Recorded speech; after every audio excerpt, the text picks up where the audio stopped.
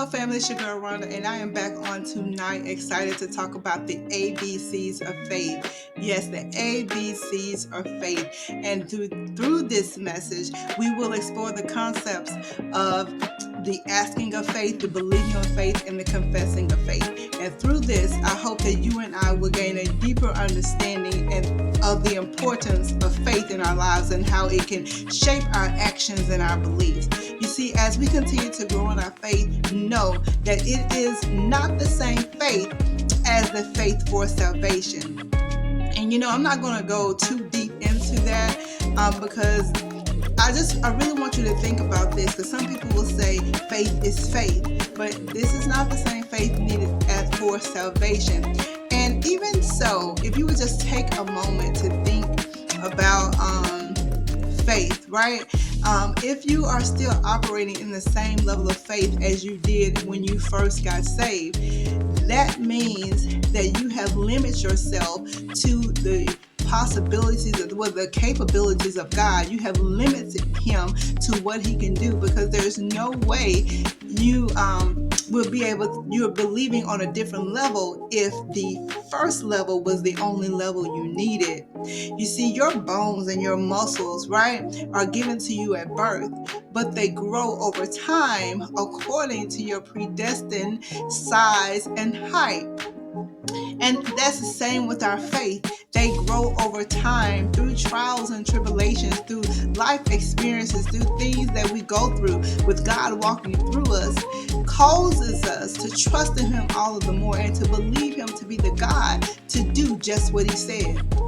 You see, as we continue to walk this journey, we should want to continue to grow stronger and stronger, so we can believe God for the impossible, so we can believe God on different levels as he needs us according to our assignments.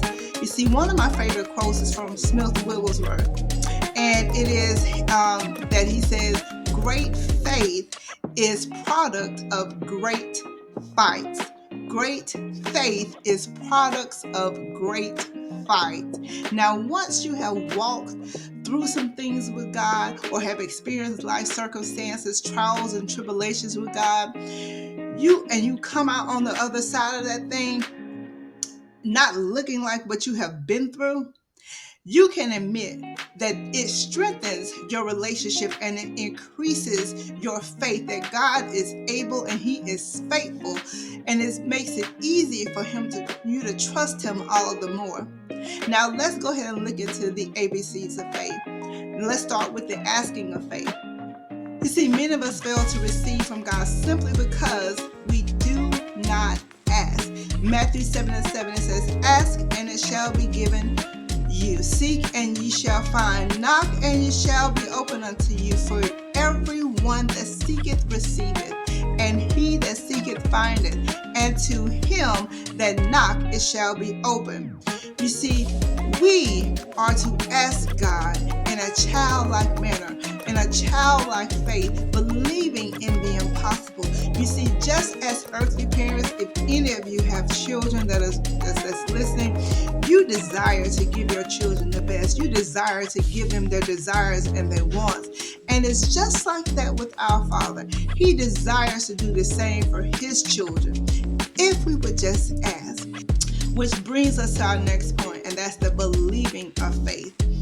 Mark 11:24 tells us, "Therefore I say unto you, what things soever ye desire, when ye pray, believe that ye receive them, and ye shall have them."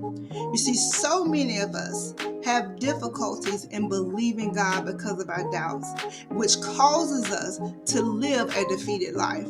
You see, everyone has been tempted at times to doubt God and to doubt what he could do, or doubt what he has said. But we must keep on believing in spite of our doubts. We must defeat Satan by believing that we believe. We must defeat Satan by believing that we believe. And let me give you an example of some people that defeated Satan by believing that they believe, which was Joseph, the dreamer. We have Moses, the reluctant leader. We have Ruth, the loyal woman. and of course David with his giant struggles. They all believed that they believed. You see, Matthew 9:28 tells us that everything is possible for those who believe. Hebrews 11:6 tells us that faith pleases God and delivers his blessings. Which brings us to our last point, which is the confessing of faith. You see, we must be courageous about confessing our faith in Jesus Christ. If we are ashamed of him, he will be ashamed of us, as Mark 8:38 tells us. You see, salvation depends upon our confession of faith, and we must be willing to share Christ with others. Romans 1:16.